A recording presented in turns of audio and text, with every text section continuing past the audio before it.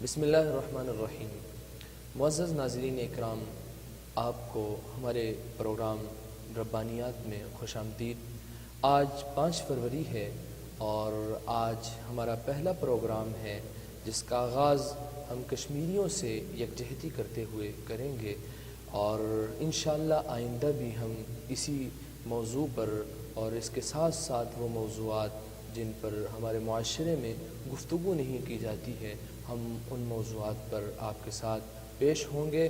آج ہمارے ساتھ موجود ہیں میرے معزز مہمان محترم جناب طاہر عالم صاحب، جو اس وقت معروف عالم دین ہونے کے ساتھ ساتھ ایک معروف تاجر بھی ہیں، اور اس کے ساتھ ساتھ یہ یو ایم ٹی سے ایم فل کر رہے ہیں۔ آج ہمارے ساتھ موجود ہیں، میں ان کا مشکور ہوں، اللہ آپ کو جزائے خیر دے، آپ تشریف لائے۔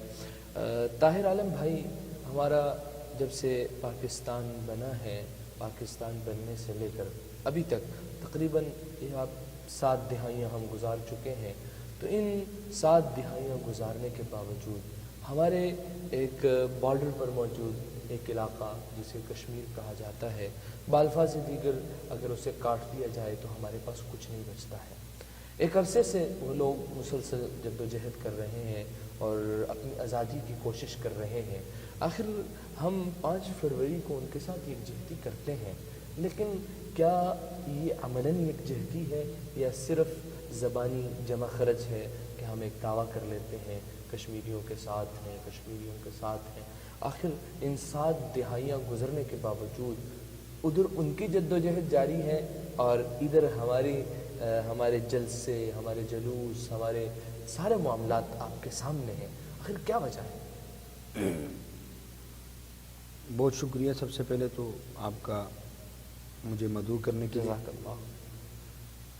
یہ مسئلہ، اس میں کچھ باتیں ایسی ہیں وہ اگر کی جائیں تو لوگوں کو بری لگ جاتی ہیں، نہ کی جائیں تو حق ظاہر نہیں ہوتا، بالکل تو کرنی چاہیے تاکہ لوگوں کے سامنے حق واضح ہو جائے۔ بالکل۔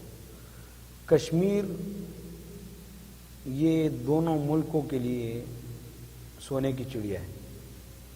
بلکہ میں آپ کی بات کاٹوں گا، آپ 3 کر دیں، کیونکہ 3 ہیں، ہمارے ساتھ چائنا بھی موجود ہے۔ نہیں، چائنا کا اس کے ساتھ اتنا کوئی لنک نہیں ہے، لیکن 2 ملکوں کے لیے تو یہ کنفرم ہے کہ یہ سونے کی چڑیا ہے۔ نہیں، کشمیر جو مکمل حصہ ہے، اگر آپ نقشے میں ہاں، دیکھیں، نقشے میں وہ گلگت بلتستان اور یہ ٹھیک ہے، وہ ان کی، لیکن جو اس وقت مظلوم ہے، جو مظلوم ہے ان کی بات ہوئی، جن کے اوپر ظلم اٹھائے جا رہے ہیں۔ گلگت بلتستان آزاد ہے، ان کو کوئی مسئلہ نہیں ہے۔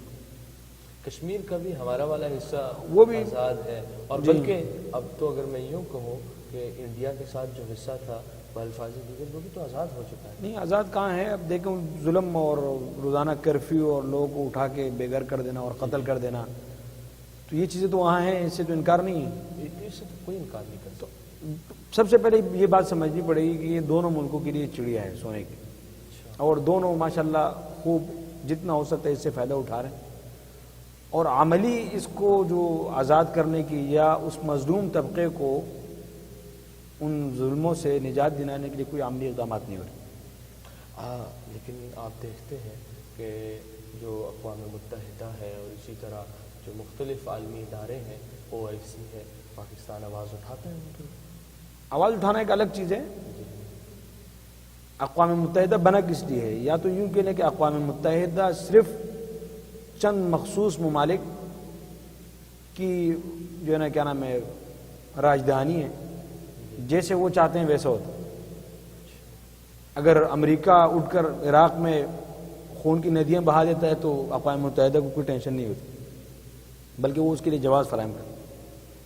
پاکستان میں اگر تھوڑی سی کوئی کام ہو جائے، یہاں کی ایجنسیاں ملکی مفاد میں کوئی حرکت کر لیں، تو اس کے خلاف تو بڑی آوازیں بلند ہو جاتی ہیں اور اقوام متحدہ وہ ایکشن میں آ جاتا ہے۔ لیکن اقوام متحدہ کی اپنی قرارداد ہیں جس کے اوپر انڈیا عمل نہیں کر رہا، تو اقوام متحدہ نے اس کے اوپر کیا ایکشن لیا؟ حالانکہ اس کے بعد ایکشن کا اختیار تو ہے۔ اگر پاکستان بھی اتر آئے میدان میں، اپنی فوجیں اتار لیں، کیونکہ پاکستان تو پیچھے ہے نا، اگر پاکستان اپنی فوجیں اتار دے وہاں پر، تو کیا اقوام متحدہ کا جو رویہ ابھی ہے اس کے بعد بھی یہی ہوگا؟ نہیں، اتاریں گے نہیں فوجیں۔ سونے کی چڑیا میں نے پہلے کہا آپ کو، یا سونے کی مرغی کہہ لیں، جب تک سونے کی مرغی ہے زندہ انڈے آتے رہیں گے. انڈیا نے مرغی کو کون ذبح کرے گا؟ انڈیا نے اپنی فوجیں اتاری ہیں. قبضہ تو ان کا ہے نا. اب اصل میں قبضہ ان کا ہے لیکن مل تو سب کو رہا ہے. اچھا یہاں بھی مل رہا ہے, ان کی بھی تو ہیں, معاملات تو چلتے رہتے ہیں دونوں ملکوں کے. تو آخر طاہر بھائی آخر اس کا حل کیا ہے؟ اس کا حل یہ ہے کہ اقوام متحدہ کو کہا جائے کہ آپ کا وجود کس لیے ہے اور آپ کا مقصد بننے کا کیا ہے. نہیں وہ تو آپ کہہ رہے ہیں نا کہ وہ تو چند ممالک یا چند یوں سمجھ لیجئے کہ چند یورپین یا چند کنٹریز ہیں کہ ان کی راجدھانی ہے, ان کی ملکیت ہے. جی تو پھر ہم اس کا طریقہ یہ ہے کہ کشمیر کمیٹی نے جتنی بھی سفارشات اس وقت تک پیش کی ہیں اس کے مطابق عمل کیا جائے. اور کشمیر کمیٹی کے تو ایک عرصے سے چیئرمین مولانا فضل الرحمان رہے ہیں اور موجودہ حکومت تو بالکل ان کے مد مقابل ہے, تو کیا ان کی سفارشات قابل قبول ہوں گی؟ مولانا فضل الرحمان کی سفارشات ظاہری بات ہے ان کے اپنی ذات کے لیے تو نہیں ہوگی, کشمیریوں کی بھلائی کے لیے ہوں گی. بالکل ہوں گی, لیکن جمہوریت کے اندر آپ یہ تو دیکھتے ہیں نا کہ جو فریق مخالف کی کسی بھی بات کو ہم نے تسلیم نہیں کرنا. نہیں یہ بات نہیں ہے.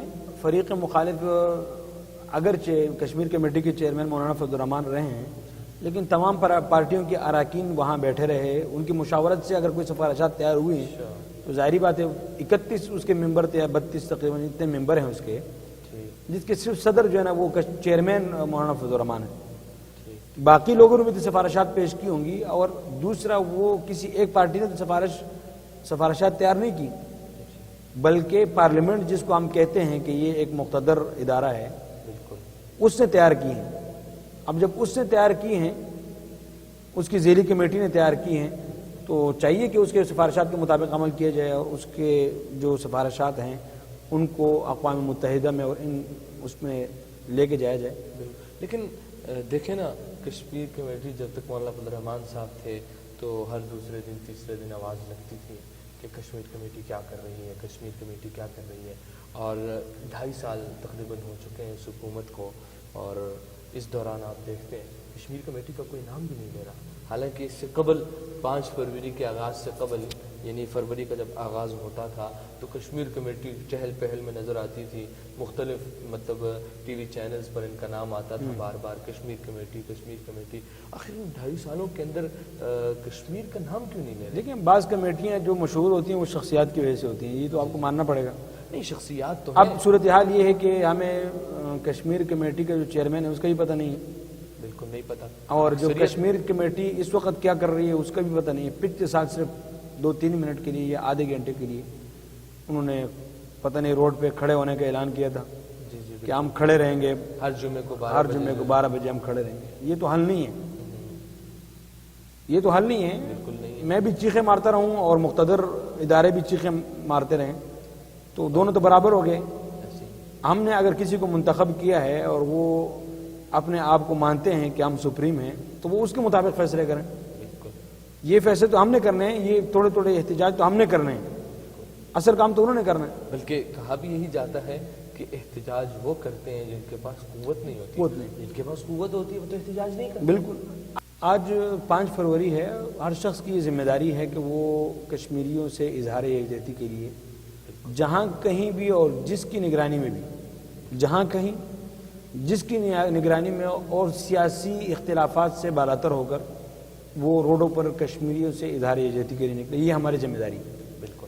حکومت کی ذمہ داری یہ ہے کہ ان احتجاجوں کو ریکارڈ کرتے ہوئے جو عالمی ادارے ہیں ان کے سامنے یہ لے کے جائیں کہ عوام کشمیریوں پر ظلم کی وجہ سے پریشان ہے, اور آپ اپنا کردار ادا کرتے ہوئے انڈیا کو اس بات کا پابند بنائیں کہ وہ کشمیریوں پر ظلم بند کرے, اور مبصرین کی وہ بھیجیں, ٹیمیں وہاں بھیجیں جو وہاں حالات دیکھ کر اس پہ کوئی فیصلہ مرتب کرے. اس کے علاوہ جس طرح کشمیر کمیٹی کے سابقہ ادوار میں جس کے چیئرمین مولانا فضل الرحمان رہے ہیں, کئی ممالک کے انہوں نے دورے کیے, وہاں کی پارلیمنٹس میں جا کر تقاریر کی اور ثبوتوں کے ساتھ کشمیر میں انڈین مظالم کو بے نقاب کیا. اس حکومت کی بھی ذمہ داری ہے. مولانا فضل الرحمان یورپی یونین میں گئے, وہاں انہوں نے تقریر کی, برطانیہ کی جو ہے نا پارلیمنٹ میں, وہاں انہوں نے باقاعدہ ثبوتوں کے ساتھ انڈیا میں کشمیر میں انڈین مظالم کو بے نقاب کیا. مختلف ممالک کے وفود کے ساتھ ملاقاتیں کی. ان کی پارلیمنٹیرین کے ساتھ ملاقاتیں کی، جس میں ان کو یہ باور کرایا کہ آپ ہم سب کی ذمہ داری ہے کہ وہ مظلوم کا ساتھ دیں اور مظلوم کے لیے آواز اٹھائیں۔ جب آپ کا کوئی مظلوم ہوتا ہے ہم آواز اٹھاتے ہیں۔ آج ہمارا ایک مسلمان بھائی کشمیر میں ظلم کی چکیوں میں پس رہے ہیں، آپ اس کے لیے آواز اٹھائیں۔ اس طرح اس حکومت کی بھی ذمہ داری ہے کہ وہ تمام ممالک کے دورے کریں، باقاعدہ ٹیمیں بھیجیں، اور اس میں صرف ایک پارٹی کے لوگ نہ ہوں بلکہ پاکستان کی نمائندگی ہو، اصل چیز پاکستان کی نمائندگی ہو، وہ جائیں ملاقاتیں کریں اور لوگوں کو یعنی لوگ وہ خواص جو ہیں ان کو اس بات پہ کنونس کریں کہ وہ ان مظالم کے خلاف آواز اٹھائیں۔ اور اگر انڈیا ان مظالم سے باز نہیں آتا تو جس طرح پابندیاں لگ سکتی ہیں، اقتصادی پابندیاں ہیں، جس طرح دوسرے ممالک کے اوپر لگتی ہیں، اس طرح ان کے اوپر پابندی لگائیں تاکہ وہ ان مظالم سے باز آ جائیں۔ شکریہ مولانا طاہر صاحب، اللہ آپ کو جزائے خیر دے۔ آپ نے آج 5 فروری کے حوالے سے بہت رہنمائی دی، اللہ آپ کو خوش رکھے۔ ناظرین اکرام، آپ نے دیکھا کہ 5 فروری ایک مسلمان کے لیے، خصوصاً ایک پاکستانی کے لیے ایک اہم دن ہے، اور اسلام بھی یہی کہتا ہے کہ کہیں پر کسی مسلمان پر ظلم ہو تو اس ظلم کا جو اثر ہے وہ دوسری جگہ پر موجود مسلمان پر ظاہر ہونا چاہیے۔ وہ حدیث ہے کہ جس کے اندر رسول اللہ صلی اللہ علیہ وسلم نے فرمایا کہ تمام مسلمان جو ہیں وہ ایک جسم کے مانند ہیں، اور فرمایا کہ اشتکا عینہ اشتکا کلہ، فرمایا کہ اگر اس کی آنکھ میں کوئی تکلیف اور پریشانی ہو تو سارے جسم میں ہوتی ہے، اس کے سر میں ہو تو سارے جسم میں پریشانی ہوتی ہے۔ تو اس لیے ایک پاکستانی ہونے کے ناطے اور ایک مسلمان ہونے کے ناطے ہم سب کی ذمہ داری ہے کہ ہم کشمیریوں کا ہر مقام پر، ہر محاذ پر، ہر موقع میں ہم ان کا ساتھ دیں، کہ ہم یہ ظاہر کریں کہ وہ صرف ایک کشمیری نہیں ہے بلکہ وہ ایک مسلمان بھی ہیں، ایک انسان بھی ہیں۔ اور آپ سنتے بھی ہیں کہ انسانیت سب سے بڑا مذہب ہے، لیکن وہ مذہب کافر کے لیے ہے، مسلمان کے لیے نہیں ہے۔ اس لیے کہ مسلمان پر تو طرح طرح کے ظلم ہو رہے ہیں، لیکن مسلمان پر ظلم کے وقت انسانیت یاد نہیں آتی۔ انسانیت یاد اس وقت آتی ہے جب کسی کافر پر ظلم ہوتا ہے، حالانکہ اسلام تو یہ کہتا ہے کہ کسی کافر پر بھی ظلم نہیں ہونا چاہیے۔ رسول اللہ صلی اللہ علیہ وسلم کا فرمان ہے کہ اگر کسی نے کسی ذمہ شخص، یعنی جو ایک اسلامی مملکت میں رہتا ہے، ایک مسلمان اس کے ساتھ کوئی غلط معاملہ کرے، اور پھر وہ جو غلط معاملہ کیا ہے، قیامت والے دن نبی علیہ السلام فرماتے ہیں میں اس ذمی کا ساتھ دوں گا، اس ذمی کا ساتھ دوں گا۔ تو ہمیں یہ اس حوالے سے یہ کوشش کرنی چاہیے کہ جہاں پر بھی ظلم ہو، اور خصوصاً آج کا دن کشمیریوں کے حوالے سے ہمیں ہر مقام پر ان کے ساتھ اظہار یکجہتی کرنی چاہیے۔ ملتے ہیں انشاءاللہ اگلے پروگرام میں، اجازت دیجیے، والسلام علیکم ورحمۃ اللہ۔